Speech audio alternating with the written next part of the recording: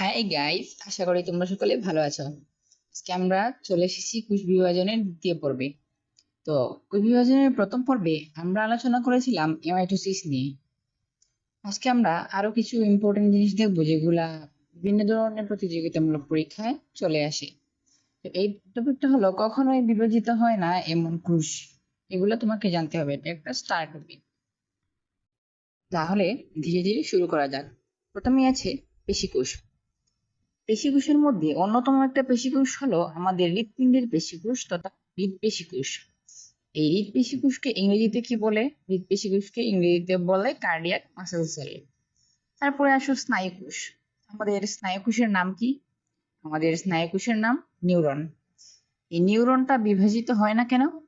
কারণ বিভাজিত হওয়ার জন্য যে গুরুত্বপূর্ণ একটা অঙ্গাণু সেন্ট্রিওল, সেই সেন্ট্রিওলটা নিউরনে থাকে না। এই সেন্ট্রিওল না থাকায় একটি গুরুত্বপূর্ণ উপাদান তৈরি হয় না, ফলে কোষ বিভাজন পসিবল হয় না।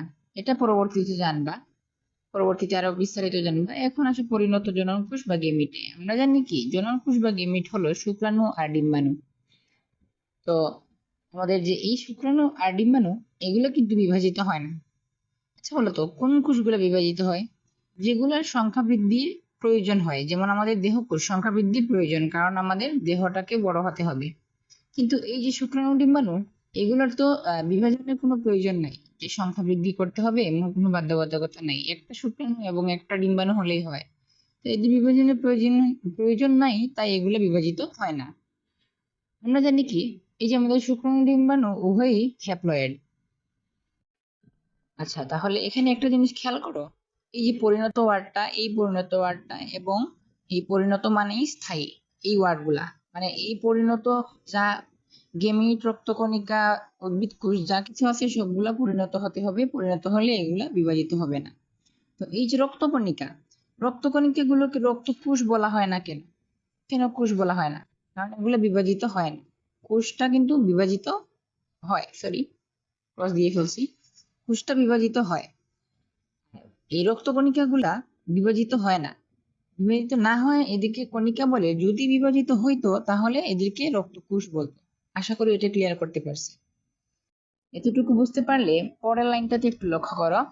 পরের লাইনে কি বলছে? পরের লাইনে বলছে স্থায়ী উদ্ভিদ কোষ। স্থায়ী উদ্ভিদ কোষটাও বিভাজিত হয় না। এটা তোমরা বোটানি অষ্টার মধ্যে দেখতে পাবে। তো বিভাজিত হয় কি? বিভাজিত হয় ভাজক কোষ।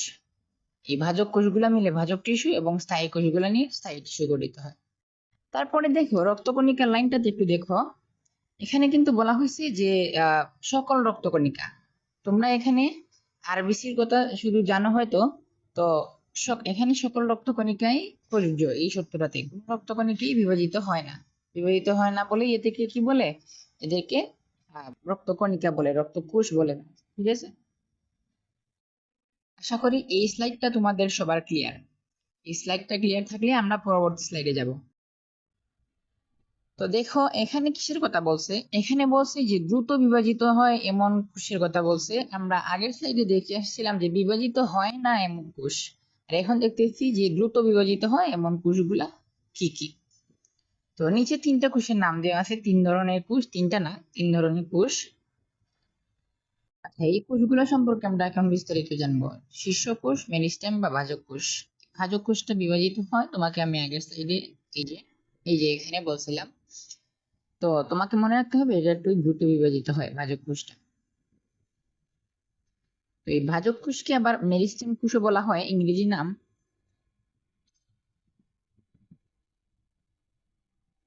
এই শীর্ষে, মূল ও কাণ্ডের শীর্ষে যে কোষগুলো থাকে সেগুলো মূলত হলো কি তরুণ কোষ। তরুণ কোষ বলতে এখানে বোঝানো হয়েছে যে যেগুলো সদ্য তৈরি হয়েছে। এই যে ভ্রূণ, ভ্রূণ অবস্থায় কিন্তু কোষগুলা তরুণ কোষ। ভ্রূণ অবস্থাটা কি? এই যে জন্মের পর যে মানব শিশুটা পাওয়া যায় সেটা কি শিশু অবস্থা বলে। তো শিশু অবস্থার পূর্বে যে অবস্থাটা থাকে সেটাকে কি ভ্রূণ অবস্থা বলে। আর ভ্রূণের যে কোষগুলা সেগুলাকে যেগুলা হলো তরুণ বা সদ্য তৈরি হওয়া কোষ। তো এই যে শীর্ষে আমি শুরুতেই বলছি শীর্ষে তরুণ কোষ থাকে যেগুলো সদ্য তৈরি হয়েছে। লিখে দিই, তোমাদের মনে নাও থাকতে পারে। যেগুলো সদ্য তৈরি হয়েছে সেগুলা হলো কি তরুণ কোষ। এগুলা মূলকাণ্ডের শীর্ষে থাকে, আবার ভ্রূণের যে কোষগুলো এগুলা হলো সদ্য তৈরি হওয়া কোষ বা তরুণ কোষ। শিশু অবস্থার পূর্বে এই তরুণ কোষগুলা থাকে বা ভ্রূণ অবস্থায় এই তরুণ কোষগুলা থাকে। তো দ্রুত বিভাজিত হয় কারা? এই তরুণ কোষগুলা এবং ভাজক কোষগুলা। আশা করি তোমাদের এতটুকু ক্লিয়ার। এখন আমরা পরবর্তী স্লাইডে যাব। এটা আমাদের তৃতীয় এবং শেষ স্লাইড। তো এখানে একটা গুরুত্বপূর্ণ বিষয় নিয়ে আলোচনা করা হয়েছে, কোষ বিভাজনের উদ্দীপনা। উদ্দীপনা দুই ধরনের আছে। এটা হলো একটা 5 স্টার টপিক। এই দুই ধরনের উদ্দীপনা আর একটা 5 স্টার টপিক। তো দেখো, একটা আছে বাহ্যিক উদ্দীপনা, একটা আছে অভ্যন্তরীণ উদ্দীপনা। তো এখন আমরা একে একে বাহ্যিক উদ্দীপনা এবং অভ্যন্তরীণ উদ্দীপনা নিয়ে আলোচনা করব। তাহলে শুরু করা যাক বাহ্যিক উদ্দীপনা। বাহ্যিক উদ্দীপনায় দেখো, টার্গেট কোষের সারফেসের বিশেষ রিসেপ্টর প্রোটিনের সাথে যুক্ত হয় বলছে। এই সারফেস মানে কি? সারফেস মানে তোমরা সকলেই জানো, সারফেস মানে হলো উপরিতল বা উপরের পৃষ্ঠ। তো এই উপরিতলটা কোথায় থাকে? উপরিতলটা বাইরের দিকে থাকে না? তাহলে এই বাহ্যিক আর উপরিতল শব্দটা প্রায় সমার্থক বলা যায়। আশা করি এটা বুঝতে পারছো, এটা পারবা তোমরা। তারপর বাহ্যিক উদ্দীপনায় আছে আর কি কি? হরমোন আর গ্রোথ ফ্যাক্টর। বাহ্যিক এগুলো সম্পর্কে আমরা আরো বিস্তারিত জানবো। আগে আমরা অভ্যন্তরীণ উদ্দীপনার মধ্যে কি কি আছে সেগুলো দেখে আসি। এই যে এটা অভ্যন্তরীণ উদ্দীপনা দিবে, আর সাইক্লিন সিডিকে যৌগের মাধ্যমে এটার উদ্দীপনা গ্রহণ হবে। এই সাইক্লিন সিডিকে যৌগটা সাইক্লিন প্রোটিন এবং সিডিকে দ্বারা তৈরি। এখানে বলে রাখা ভালো, সিডিকে হলো একটা এনজাইম। আসো এখন হরমোন সম্পর্কে একটু বিস্তারিত আলোচনা করা যাক। তো এখানে মূলত একটা স্পেসিফিক হরমোন কাজ করে, সেটা হলো এরিথ্রোপয়েটিন। আশা করি তোমরা এই এরিথ্রোপয়েটিন হরমোনটা সম্পর্কে জানো। এরিথ্রোপয়েটিন হরমোনটা মূলত আরবিসি তৈরির কাজে ব্যবহৃত হয়। তো এই যে এরিথ্রোপয়েটিন হরমোনটা, এটা তৈরি হয় বৃক্কে বা কিডনিতে, ঠিক আছে, কিন্তু কাজ সম্পন্ন করে অন্য জায়গায় গিয়ে। এরিথ্রোপয়েটিন কাজ সম্পন্ন করে অস্থিমজ্জা বা বোন মেরুতে। তোমরা সবাই জানো আরবিসি বোন মেরুতে তৈরি হয়। তো এর কাজ হলো রক্তকণিকা তৈরি, আর সেই রক্তকণিকাটা হলো আমাদের আরবিসি বা এরিথ্রোসাইট। এখন বলবো আরবিসি কেন তৈরি হবে? কারণ এই যে হরমোনটা হলো এরিথ্রোপয়েটিন, এরিথ্রোপয়েটিন থেকে এরিথ্রোসাইট উৎপন্ন হবে, আর এরিথ্রোসাইট মানেই আরবিসি। এখন আমরা জানবো হরমোন সম্পর্কে।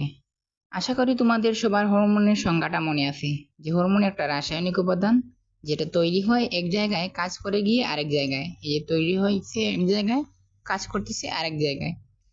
আবারও বলি, এরিথ্রোপয়েটিন একটা হরমোন, নট এনজাইম। কারণ এই এরিথ্রোপয়েটিন তৈরি হয় বৃক্ক বা কিডনিতে এবং কাজ করে অস্থিমজ্জায়। ঠিক আছে, আশা করি এতটুকু ক্লিয়ার। এখন আমরা একটু গ্রোথ ফ্যাক্টর সম্পর্কে একটা জিনিস জানবো। জাস্ট এটা জানতে হবে গ্রোথ ফ্যাক্টর কোথা থেকে তৈরি হয়। এই গ্রোথ ফ্যাক্টরটা মূলত তৈরি হয় আমাদের অনুচক্রিকা নামক রক্তকণিকা থেকে। তাহলে আমাদের বাহ্যিক উদ্দীপনাটা শেষ। এখন আমরা অভ্যন্তরীণ উদ্দীপনা সম্পর্কে জানবো। যেহেতু এর নাম অভ্যন্তরীণ উদ্দীপনা, সেহেতু সে কোষের অভ্যন্তরে উদ্দীপনা প্রদান করবে। তো এই অভ্যন্তরীণ উদ্দীপনা দেখে সাইক্লিন সিডিকে নামক একটা জটিল যৌগ। আবারও বলতেছি, ফোকাস করো, এটা কিন্তু একটা যৌগ, জটিল যৌগ। একে জটিল যৌগ বলার কারণ এটা দুইটা উপাদান দিয়ে গঠিত। একটা হলো সাইক্লিন প্রোটিন, আর একটা হলো সিডিকে নামক এনজাইম। আমি আগেও বলছিলাম সিডিকে একটা এনজাইম, যার পূর্ণরূপ হলো cyclin dependent kinase. Cyclin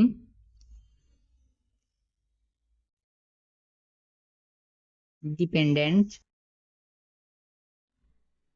kinase, এই যে সিডিকে। আশা করি তোমরা যেটুকু বুঝতে পারছো। এখন একটা জিনিস দেখো, যে জিলাপির পেজ কোথায় থাকে? মানুষের মনের ভিতরে না? ভিতরে মানে অভ্যন্তরে, আর জিলাপির পেজ মানে হলো জটিল। এভাবে মনে রাখবা। জটিল কি? জটিল একটা যৌগ, সাইক্লিন সিডিকে।